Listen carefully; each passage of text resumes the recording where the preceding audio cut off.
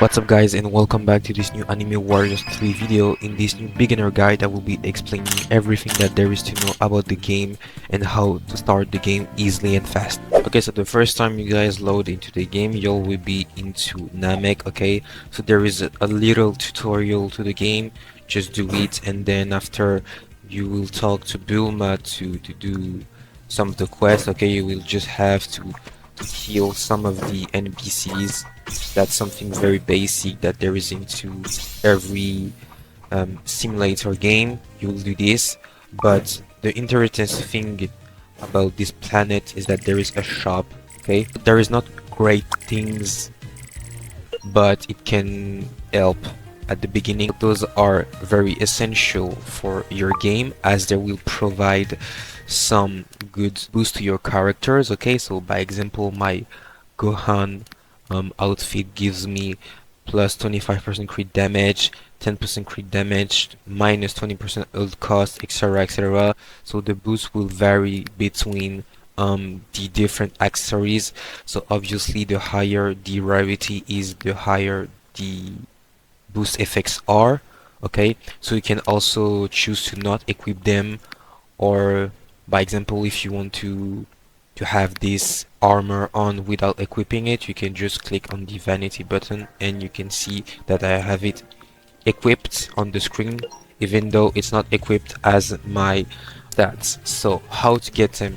So it is very easy. Okay, so to get equipment, you can either drop them on a boss. Okay, so no, it doesn't drop anything.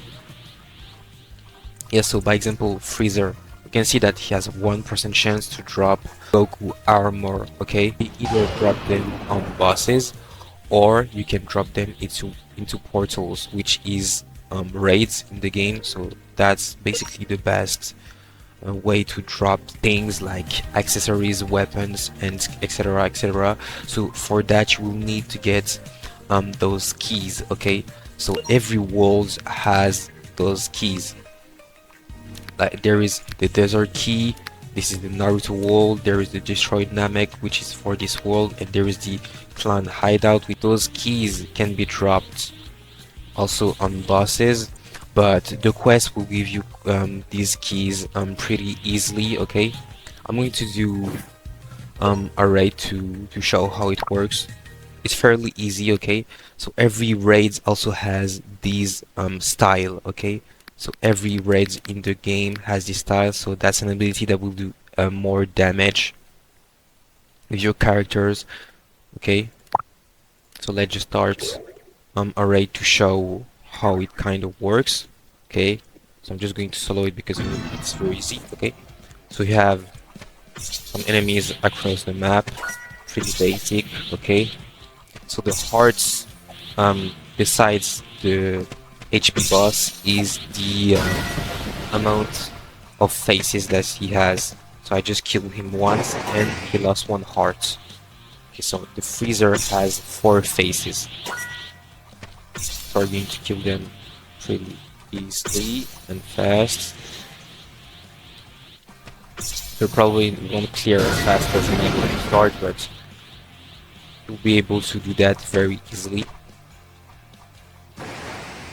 Okay, so as you guys can see, I'm dropping Dragon Fragment. Okay, I will explain it what it is used for after I'm done with this raid.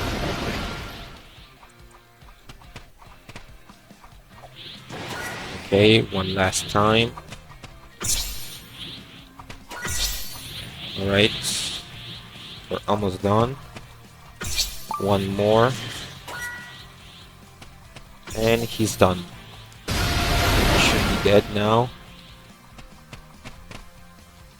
Okay, so that's how raids kind of works. And weapons are just like that you equip that does different damage. Okay, you can also drop them in raids like I showed, or on enemy boss, so it's just the amount of damage that you will do with your characters. Okay, so as concerning the fragment, okay, those fragment, every world has them. Okay, so basically those materials are very important to level up your characters. Like, let's say I want to ascend my Gohan. Okay, so as of now I can't because it's already at the highest grade possible. But when you will be able to upgrade the tier of your character, you will need those fragments of the character's world to upgrade his tier, which will let him upgrade his level cap and his damage by extent. And you also need those fragments to ascend your characters. Okay, so I think it mostly work only with mythical and above characters. Okay, by extent, ascension your characters will give a passive to this character. Like, by example, the first ascension to my Gohan will be Power Surge, which will be when a teammate dies, Gohan gains plus 5% damage, which stacks 2 times, so 10% damage, and you will need an extra copy of this character and 25 fragments of that world, which can be obtained in raids. And also another important thing about characters is the level up tab. Okay, so like I said, if you want to upgrade the tier of your characters, they will require money. Okay, but your character need to be level max, but that's how it works for characters. So now we're going to talk about those this collection tab. Okay, so this is a very important tab that gives a lot of rewards. You have the index, obviously, for all of the worlds. Okay, and now you have the discovery tab. Okay, so that's basically everything that you're discovering to the game. Like, by example, the relics. Okay, the more relics you find, the more rewards you will have, like rewards or potions and cash. You can also get those rewards for every accessories you find, weapon. You also have the awards tab, which will give most of the rewards in the game.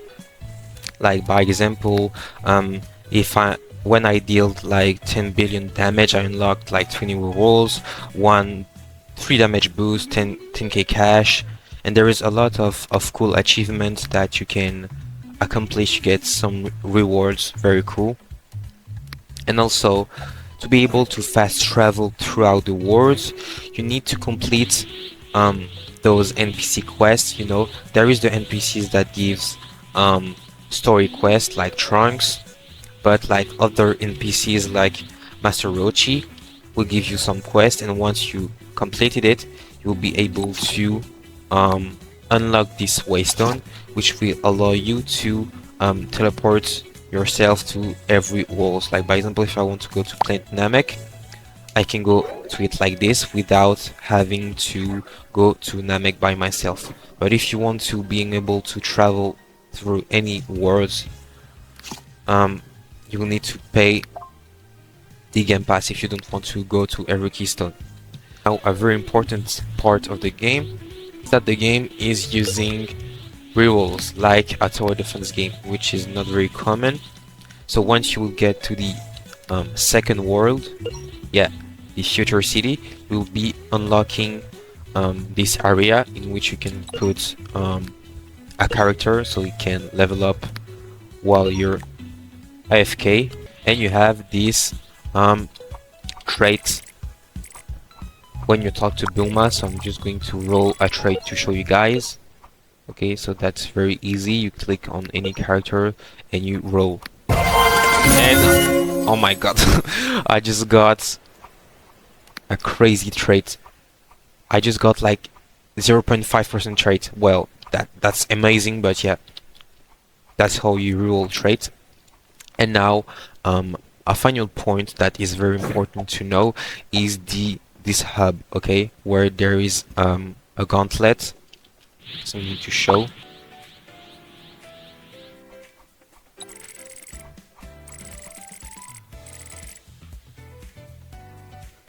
Okay, so once you spawn into this lobby, you can talk to this NPC, which will give you the opportunity to buy some potions, some cash potion, damage potions with shards currency.